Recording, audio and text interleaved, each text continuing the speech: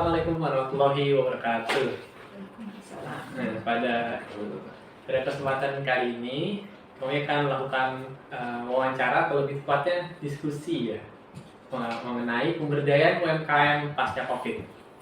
Nah, kebetulan pada hari ini kami sudah kedatangan narasumber yang memiliki latar belakang koperasi, yang dimana koperasi sangat memiliki peran untuk membantu dan memberdayakan UMKM. Nah, kebetulan domisili dari narasumber kami itu ada di Bekasi, jadi pengaruhnya menyebar di Kota Bekasi. Nah, kami sudah kedatangan Ibu Yati Setiati Arif. Nah, beliau ini merupakan Ketua Koperasi Wanita Sejahtera, Bendahara Koperasi Damasta, Ketua Yayasan Karya Karya Sejahtera, Pengurus Depopin, Pengurus BKWK, dan juga Bendahara Koperasi Daya Limi Putra Mandiri. Nah, udah kaliber besar ya, sudah Serba koperasi. Nah, kami harap diskusi ini bisa menghasilkan sesuatu yang baik dan bisa memberikan ide-ide yang baik untuk UMKM ke depannya. Oke, kita mulai dari pertanyaan pertama mungkin. Kita akan memberi beberapa pertanyaan. Yang pertanyaan pertama itu, kita sebagai orang awam belum mengenal apa itu koperasi dan manfaat apa jika masuk ke anggotaan koperasi. Boleh dijawab? Baik, Assalamualaikum warahmatullahi wabarakatuh. Koperasi itu kalau kita asal istilahnya ya, koperasi itu berasal dari kata kooperatif. Ko itu bersama, operatif itu bekerja. Jadi apapun kegiatan yang dilakukan bersama-sama dan memberikan manfaat kepada orang tersebut itu namanya koperasi. Jadi itu kegiatan apapun. Tapi secara legalitas, secara undang-undang, koperasi itu adalah badan hukum atau badan usaha yang beranggotakan orang per orang, yang harus memiliki yang harus berprinsip atau berpedoman kepada prinsip-prinsip koperasi. Itu sudah diatur dalam undang-undang. Jadi badan usaha koperasi dengan badan usaha lainnya itu berbeda. Yang membedakan itu adalah jati dirinya. Koperasi harus menjalankan prinsip koperasi. Ada 7 prinsip koperasi, dan tentu tujuannya adalah memberikan kesejahteraan kepada anggotanya. Jadi itu yang namanya koperasi. Dan manfaatnya apa jika anggota bergabung ke dalam koperasi? Koperasi itu didirikan oleh anggota. Ya, jangan kita harus sadari bahwa koperasi itu bukan kumpulan modal, tapi kumpulan orang yang melakukan kerja bersama, kemudian saling memberikan gotong royong, saling memberikan manfaat. Jadi apa manfaatnya? Koperasi itu adalah kegiatan yang dirumuskan oleh anggotanya sendiri, dinikmatin oleh anggotanya sendiri, keuntungannya juga oleh anggotanya sendiri. Jadi manfaatnya banyak. Jadi dari kita, untuk kita, dan oleh kita, itu koperasi. Bagus. Lalu ke pertanyaan selanjutnya, kira-kira kalau khususnya peran koperasi terhadap UMKM, misalkan ada anggota yang badannya sebagai UMKM, Ya. Itu apa saja ya? Ya, jadi jenis-jenis koperasi dulu ya kita rinci berdasarkan undang-undang. Di koperasi itu ada jenis koperasi simpan pinjam saja, ada koperasi konsumen. Koperasi konsumen itu yang melakukan kegiatan usaha perdagangan, tapi di dalamnya juga ada unit simpan pinjam. Ada koperasi produksi, ada koperasi jasa, dan ada koperasi pemasaran. Nah, kemudian tadi menyangkut pertanyaannya apa ya, Mas? Maksudnya keuntungan terkhususnya misalkan anggotanya itu UMKM nih badannya. Nah, kalau contoh koperasi produksi ya, kalau di luar negeri ini, di kita kebanyakan koperasi di Indonesia tuh lebih banyak melakukan kegiatan usahanya disimpan pinjam. Tapi contohnya di negara-negara yang sudah berkembang, koperasi itu sangat dirasakan manfaatnya oleh anggota. Karena kegiatan usaha koperasi ini sesuai dengan kegiatan usahanya anggota. Kalau contohnya koperasi produksi, anggotanya misalkan mempunyai produksi apa, atau koperasi sendiri melakukan kegiatan produksi yang dimana anggotanya itu sebagai pelaku, itu manfaatnya dirasakan. Ya, jadi kaitannya koperasi dengan anggota yang UMKM itu sangat erat. Contoh koperasi yang saya urus ini, saya pengurus di 3 koperasi di mana mayoritas anggotanya UMKM. Itu kaitannya dengan manfaat apa yang dirasakan oleh oleh anggota dari koperasi. Koperasi tidak semata-mata memberikan layanan sesuai dengan usahanya, misalkan unit simpan pinjam, tidak, tapi kebanyakan koperasi itu memberikan fasilitasi lainnya. Contoh di Koperasi Wanita Sejahtera, mungkin kebutuhan UMKM tidak semata-mata permodalan. Ya, seperti kita ketahui, UMKM itu tidak semata-mata butuh modal, tapi butuh pemasaran, kemudian butuh perizinan legalitasnya, kemudian juga butuh pengembangan usahanya, untuk marketingnya itu seperti apa, pengemasan teknologi dan sebagainya. Disitulah hadir koperasi. Selain dia memberikan fasilitasi permodalannya melalui unit simpan pinjam, koperasi juga ada kadangkala mengadakan pelatihan-pelatihan seperti pelatihan keterampilan, atau juga memberikan bantuan perizinan, pengurusan izin-izin. Nah, itu yang sering dilakukan oleh koperasi terhadap anggotanya yang mayoritas UMKM. Selain itu, sekarang ini kan kita menghadapi era digitalisasi, era digital, di mana perilaku masyarakat itu dalam berbelanja kan sudah berubah. Nah, di sini kalau UMKM tidak juga melakukan perubahan untuk melayani masyarakat, melayani pelanggannya, dia tidak akan bisa mengikuti perkembangan zaman. Disinilah hadir peran koperasi, memberikan fasilitasi, misalnya bagaimana dia memasarkan produknya melalui digital. Berkembang lagi kebutuhannya, bagaimana dia mendesain kemasan yang menarik, bagaimana juga dia menampilkan produknya di media sosial, dan lain-lain banyak. Jadi berkembang terus. Dan itulah peran koperasi harus hadir di situ. Baik, jadi koperasi ini lebih dari sebagai lembaga permodalan ya, lebih dari itu. Tidak hanya permodalan, tapi memberikan fasilitasi lain-lainnya. Ya, pendidikan, ya pendampingan untuk pengembangan usahanya. Selanjutnya, bagaimana apa dampak koperasi yang paling dirasakan selama terjadinya pandemi COVID yang terjadi kurang lebih 2 tahun ini? Jadi pandemi COVID yang mulai di Indonesia ini bulan Maret 2020 ya. Memang terasa koperasi, khususnya Koperasi Wanita Sejahtera saat itu mengalami hal yang sama, apalagi diberlakukannya PSBB ya istilahnya ya. Dulu kan kita terbatas, mau bergerak kemana itu dibatasi.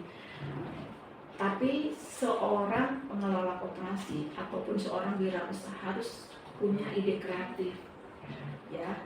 Sama halnya pengusaha kecil mikro juga dia harus punya inovasi dan kreativitas. Jadi pandemi itu bukan satu hambatan, tapi menjadi peluang. Saat orang-orang diam di rumah, koperasi memanfaatkan peluang itu untuk hadir memberikan layanan kebutuhan pokok bagi masyarakat. Jadi banyak koperasi yang saat itu memanfaatkan peluang itu. Koperasi yang punya anggotanya yang bergerak di bidang fashion misalkan, dia beralih biasanya menjahit pakaian. Itu akhirnya karena kreativitas itu membuat masker yang saat itu sangat langka. Itu yang kami rasakan. Akhirnya kami bantu produk anggota yang membuat masker itu kami pasarkan. Itu alhamdulillah pasaran kita luas. Kemudian saat orang di rumah kebutuhan sembako meningkat, kami hadir di situ memberikan layanan paket sembako siap antar. Jadi cukup anggota diam di rumah, nanti kami yang antar. Jadi tidak hanya melayani anggota, tapi masyarakat yang antar wilayah ya, jadi sampai Bekasi Timur, Jakarta Timur, itu saat pandemi yang kami lakukan, karena kita harus punya kreativitas dan inovasi. Tapi apa yang dirasakan dampak terhadap usaha kami, di mana para anggota kami ini UKM. UKM itu saat awal pandemi banyak yang mengalami penurunan, ada yang langsung berhenti.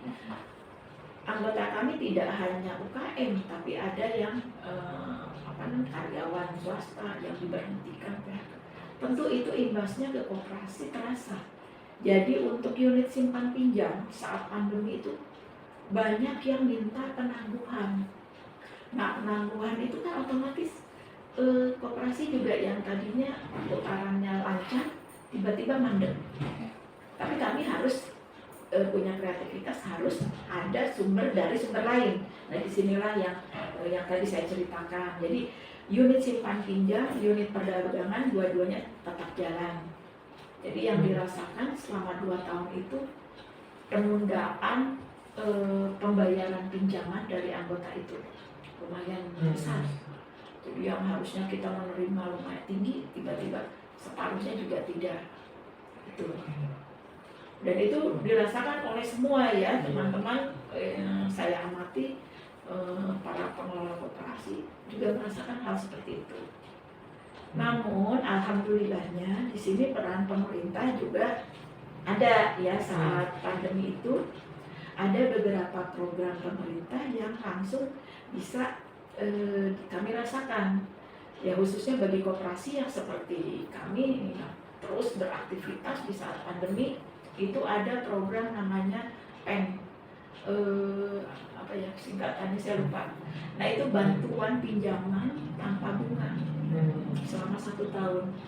Nah, itu membantu. Jadi saat kita butuh PEN ya, penanggulangan nanti deh kita lihat lupa. Nah, itu jadi ada banyak program pemerintah saat pandemi yang langsung menyentuh koperasi maupun UMKM. Jadi kagetnya tuh tidak boleh lama-lama, 2 tahun itu mungkin di awal-awal kaget.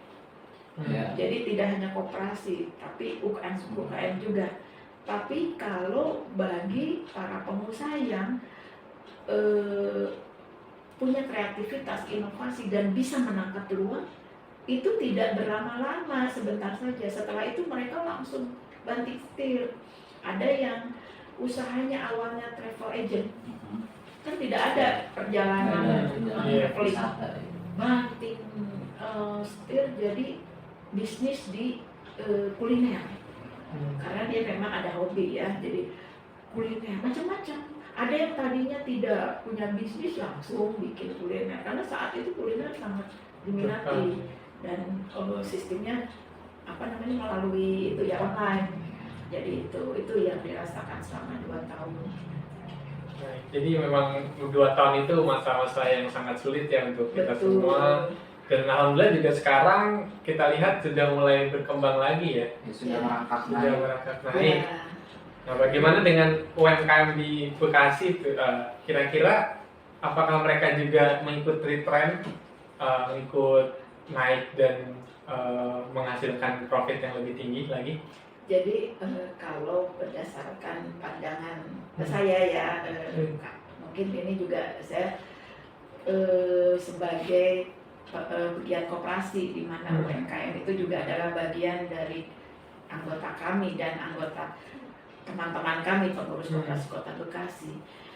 Jadi potensi yang UMKM Kota Bekasi khususnya atau Jabodetabek memang bagus ya potensinya. Di situ ada yang bergerak di bidang makanan, minuman, ada fashion, macam-macam. Nah, sayangnya kebanyakan namanya UMKM itu mikro, kecil, menengah. Masih dalam pantauan kami masih banyak, mungkin khususnya yang mikro ya. Jadi usahanya itu tidak konsisten, dia tidak fokus. Jadi di mana dia mau dia berusaha, selebihnya mungkin libur. Jadi tidak fokus. Itu yang jumlahnya juga lumayan banyak. Tapi ada juga yang terus konsisten. Ada yang UMKM yang mulai timbul saat pandemi itu banyak juga yang saya lihat yang tadinya dia tidak punya usaha tiba-tiba dia bikin produk itu terutama yang anak-anak muda itu saya lihat akhirnya produknya bisa dinikmati di mana-mana melalui online ya penjualan secara online. Jadi itu potensi yang saya lihat beragam, ada yang tetap tidak konsisten, tetap musiman, ada yang terus berjalan, ada yang baru gitu ya. Nah, mungkin ini berdasarkan pengamatan kami, yang baru ini kebanyakan karena ini mungkin melihat peluang pandemi, dia buat produk, kemudian kemasannya bagus, cantik, dia kuasai digitalisasi, dia bisa berjualan secara online.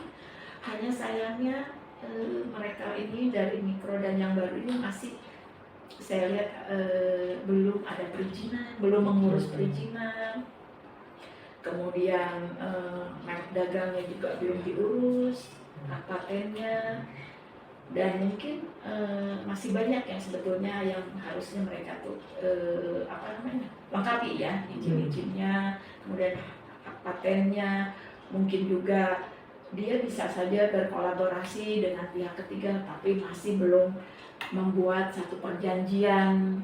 Itu penting ya, ini untuk UMKM penting. MOU, namanya MOU ya, perjanjian, karena era sekarang ini era kolaborasi. Jadi kerjasama antar dia UKM dengan pihak manapun, apakah di penyedia marketplace atau dengan pihak manapun, itu harus diikat oleh perjanjian. Kemudian legalitasnya mereka belum ada. Merek dagangnya bagus, ininya desainnya, tapi belum didaftarkan hak patennya. Nah seperti itu, mungkin pajaknya juga dia tidak bayar ya itu. Jadi itu yang saya lihat. Ya. Jadi UMKM tuh kelemahannya di situ. Iya. Jadi banyak ininya juga yang tantangannya ya. Betul, kalau potensi jelas banyak, bagus ya, banyak yang produknya tuh unggulan gitu, tapi kelemahannya juga masih ada.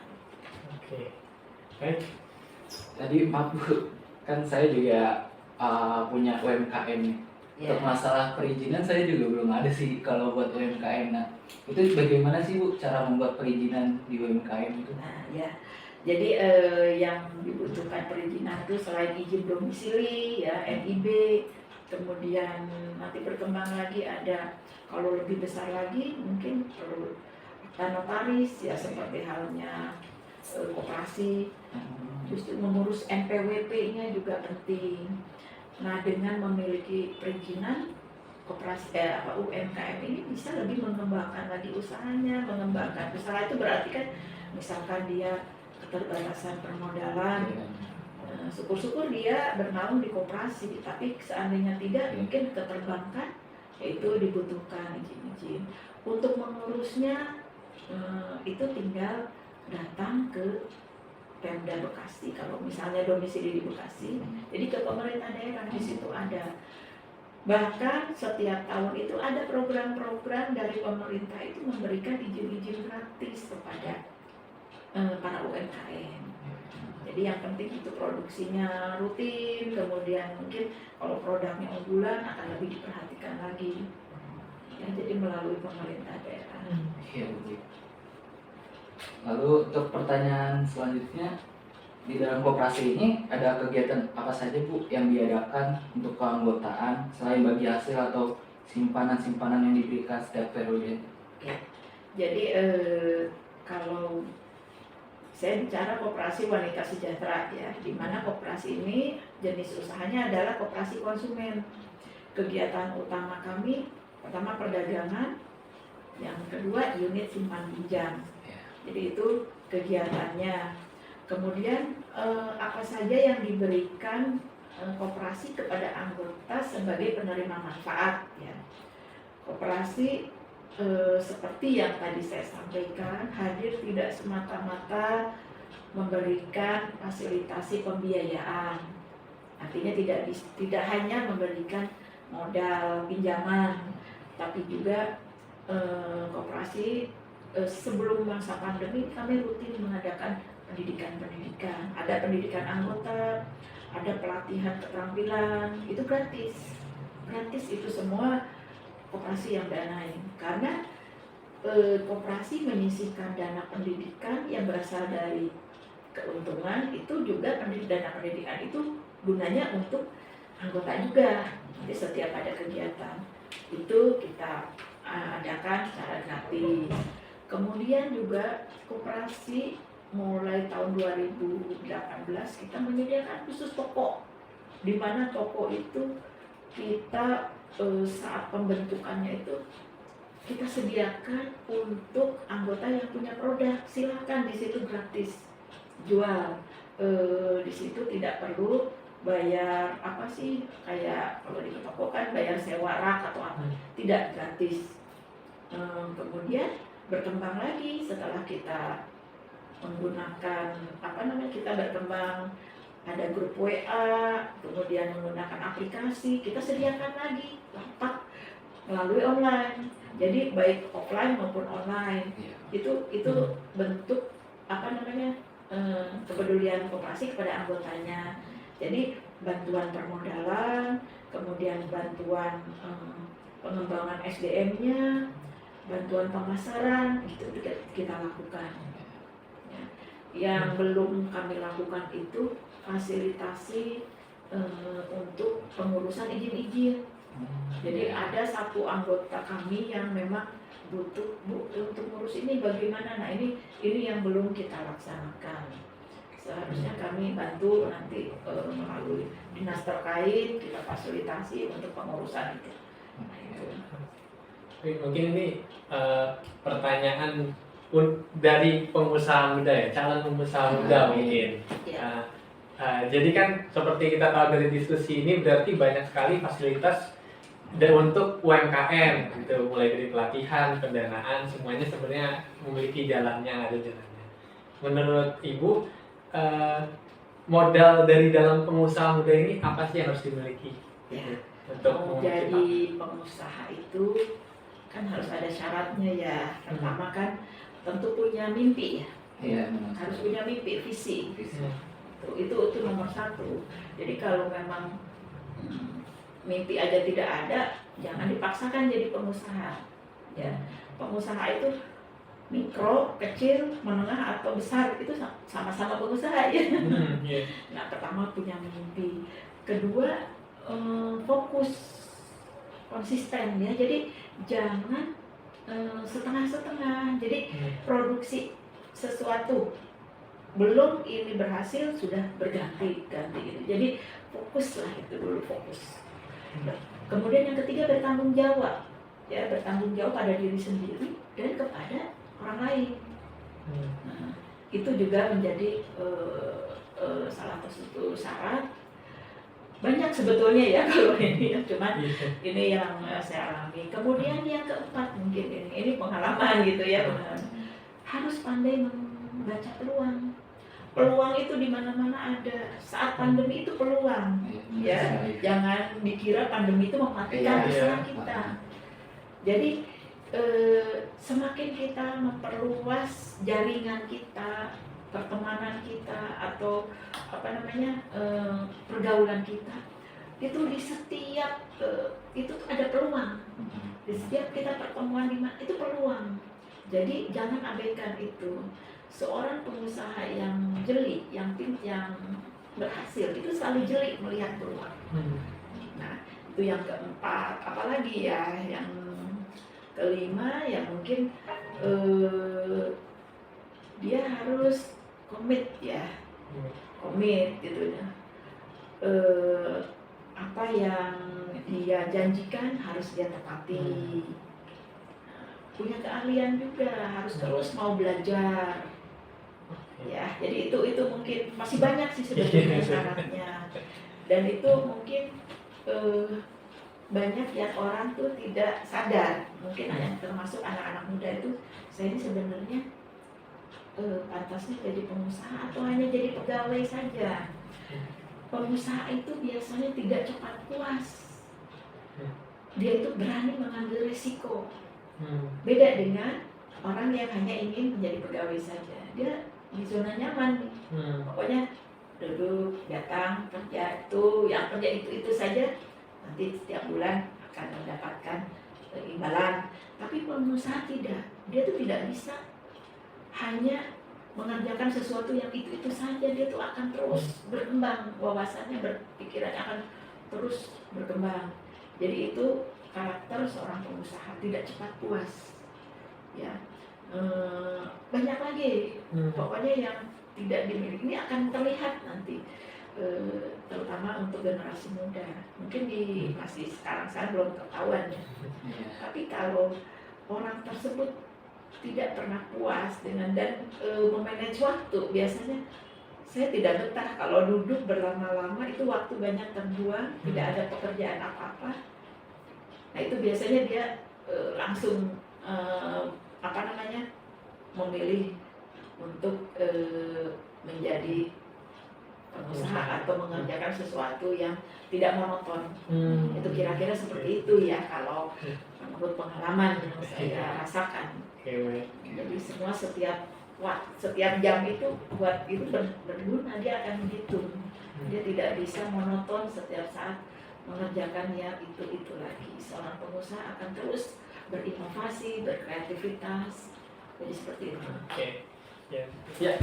Yang mau izin nanya lagi Bu, kan dari pengalaman pribadi saya, ibu saya pernah mengikuti koperasi Langit Biru dan itu ketipu Bu, karena tertarik keuntungan per bulannya yang dia dapat, tapi ternyata tidak mendapat keuntungan apa-apa. Terus pertanyaannya bagaimana cara memilih koperasi yang baik dan benar gitu? Ya, jadi koperasi itu memang modalnya dari anggota, dilakukan usahanya untuk anggota, keuntungannya untuk anggota juga. Nah, ini banyak koperasi-koperasi yang menyimpang dari itu. Dan yang tadi yang saya sampaikan di awal bahwa bedanya koperasi dengan badan usaha lain, koperasi harus menerapkan jati diri koperasi. Apa itu jati diri koperasi? Jati diri koperasi itu menerapkan nilai-nilai dan 7 prinsip koperasi. Itu ada, nanti browsing di internet, di undang-undang ada itu 7 prinsip koperasi. Kalau tidak melaksanakan ini, itu bukan koperasi.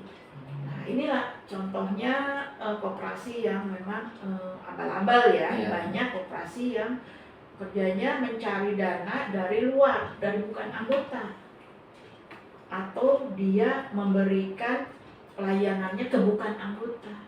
Itu bukan koperasi. Nah, ibunya mungkin bukan sebagai anggota, tapi diminta investasi gitu ya, nanti dibagi hasil. Pertama itu. Kedua, kita juga harus jeli kalau bagi hasil di luar ini ya, nalar kita nggak kok bisanya memberikan sebesar itu, tidak mungkin ya. Itu juga harus curiga. Nah, ini banyak koperasi yang gagal bayar kepada anggotanya atau kepada nasabahnya yang bukan anggota. Karena apa? Jadi dia narikin dana tapi tidak dikelola, usahanya tidak jelas. Si pemberi dana ini tidak tahu dananya dipakai untuk apa. Nah, itulah yang sering terjadi, koperasi gagal bayar. Nah, sekarang koperasi ini sudah digitalisasi.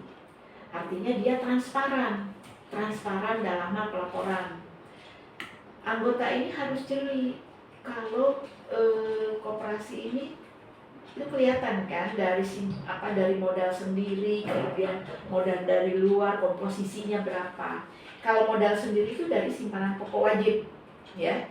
Jadi setiap anggota nyetor simpanan pokok wajib. Tapi kalau modal dari luar ini ya seperti orang yang menyimpan. Itu komposisinya itu harus sesuai, tidak boleh lebih besar dari modal dari luar ini. Kemudian dilihat juga usahanya apa, apakah benar memerlukan modal seperti itu. Kemudian juga dilihat apakah koperasi ini sering RAT. RAT itu salah satu pertanggungjawaban dari pengurus kepada anggota. Nah dari situ kelihatan. Jadi jangan enak menikmati bagi hasilnya, ternyata pokoknya itu udah habis gitu ya untuk dikembalikan ke si ini penyimpan dana. Jadi koperasi itu tidak boleh memiliki dana di luar simpanan pokok wajib, apalagi dana yang bukan berasal dari anggota, menyalahi. Jadi ada aturannya. Jadi itu nanti 7 prinsip koperasi itu kalau dijunjung tinggi, nanti pelajari itu 7 prinsip koperasi. Itu koperasi itu akan selamat. Aja. Oke. Ada lagi? Ada lagi. Apa ya? Program PEN itu nanti tolong di ini ya. PEN itu apa ya? Penanganan ekonomi nasional atau apa. Itu ada tuh saat pandemi itu ada pemerintah meluncurkan program itu. Dan alhamdulillah kami juga dapat ya bantuan pinjaman tanpa bunga selama setahun.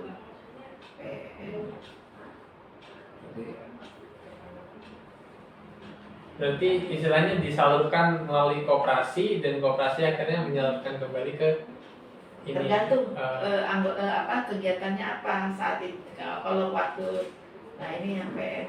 Jadi kalau kami ya Kopuantera saat itu kan saat pandemi kita menyediakan barang sembako untuk anggota yang harus di rumah ya, harus di rumah nggak bisa keluyuran.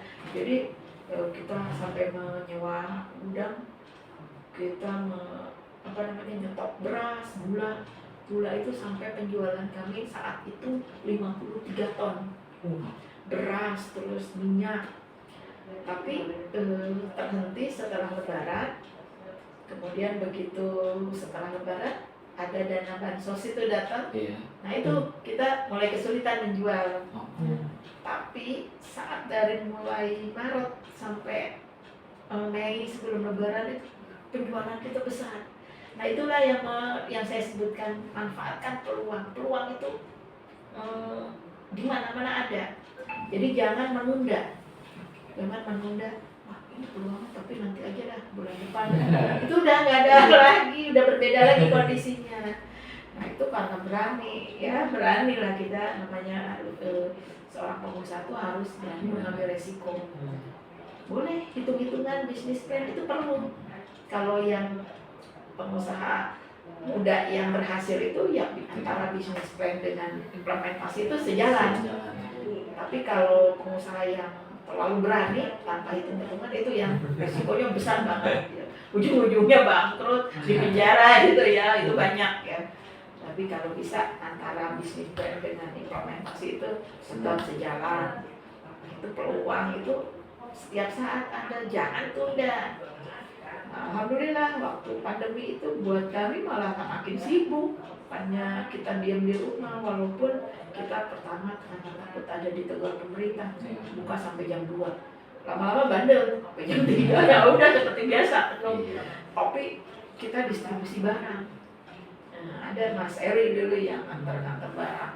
Itu nggak hanya ke yang sekitar sini, jauh gitu. Tapi karena kita jaringannya juga lumayan banyak, kita dekat dengan sumber informasi, dapat gula murah. Saat itu gula lagi langka, tapi saya dapat gitu, harganya masih masuk. Tapi begitu setelah Lebaran, begitu bansos banyak turun, itu harga gula jatuh tuh. Kita masih nyetok tuh, waktu itu masih berapa kintal gitu, tapi nggak apa-apa. Itu resiko. Jadi harus berani ngambil resiko. Gitu. Apalagi yang kurang. Mungkin iya tadi caranya nyimbangin antara keberanian sama nekat mungkin ya. Itu kan jadi beda, nekat dengan berani itu beda. Yang berani itu dibekali dengan ilmu ya. Oke. Kalau nikah tanpa Iya, ilmu. iya. Oh, iya, iya. Ada pengusaha yang dari tahun mungkin kita belum lahir sampai sekarang masih terus jualan itu, diwariskan kepada anak cucu. Tapi tetap gitu-gitu aja gitu. Itu berarti kan dia hanya menjalankan tanpa mengembangkan.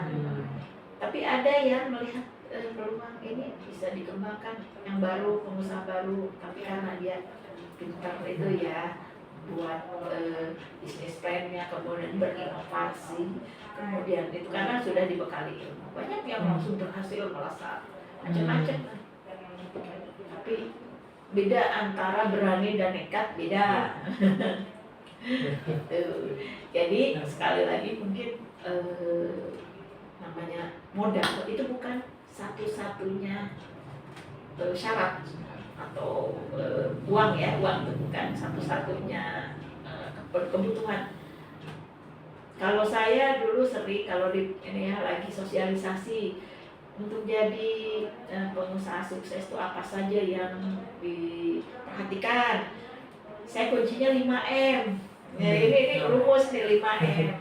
Pertama men itu manusianya ya.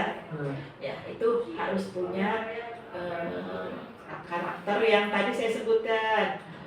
Dia punya visi, ya punya mimpi, fokus, kemudian berani mengambil resiko, bertanggung jawab dan lain-lain.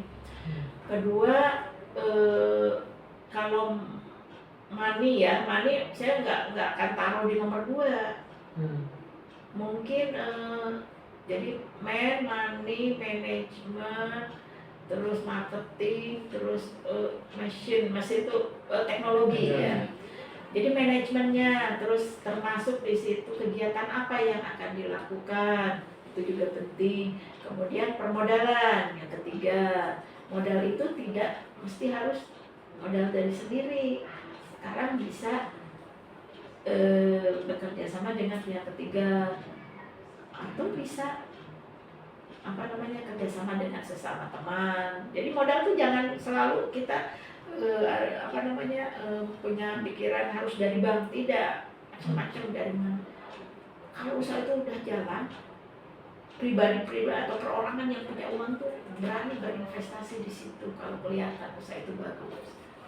Itu. Kemudian yang keempat mungkin teknologi itu termasuk packagingnya, kemudian termasuk kemampuan dia dalam memanfaatkan misalnya untuk media, untuk marketingnya, macam-macam.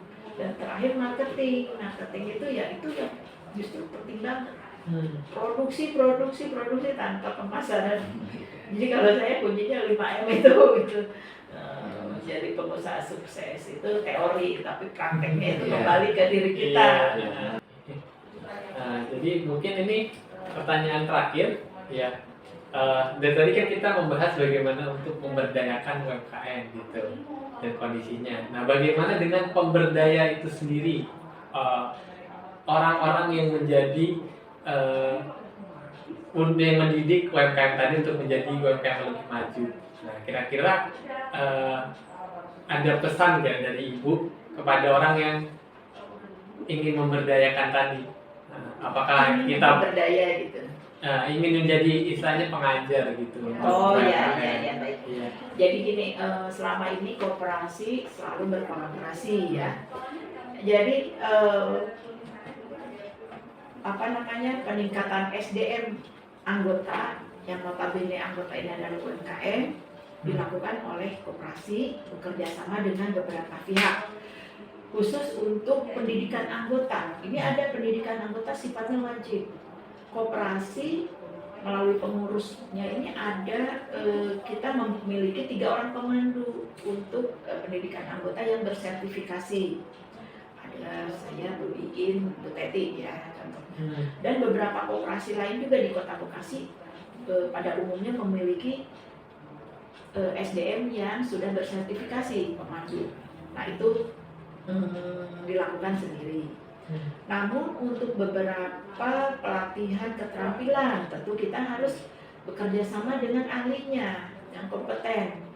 Nah, untuk keterampilan apa, misalkan ada membuat sesuatu masakan atau apa, tentu kita memanggil gitu. Jadi banyak sekali kegiatan yang kita kerjasamakan dengan pihak lain, termasuk dengan akademisi gitu. Ada kita kegiatan pelatihan yang kita memanggil tenaga dari akademisi atau dari praktisi ya. Kalau masak ya ahlinya masak. Pernah juga kita mengadakan sosialisasi kesehatan. Kita memanggil narasumber dari Yayasan Kanker dulu ya, Kanker Indonesia. Jadi setiap kegiatan kita tentu kita tidak bisa lakukan sendiri. Mana yang memang ranahnya kita bisa lakukan sendiri. Tapi kalau harus memanggil ahlinya ya kita kerjasama dengan yang manapun.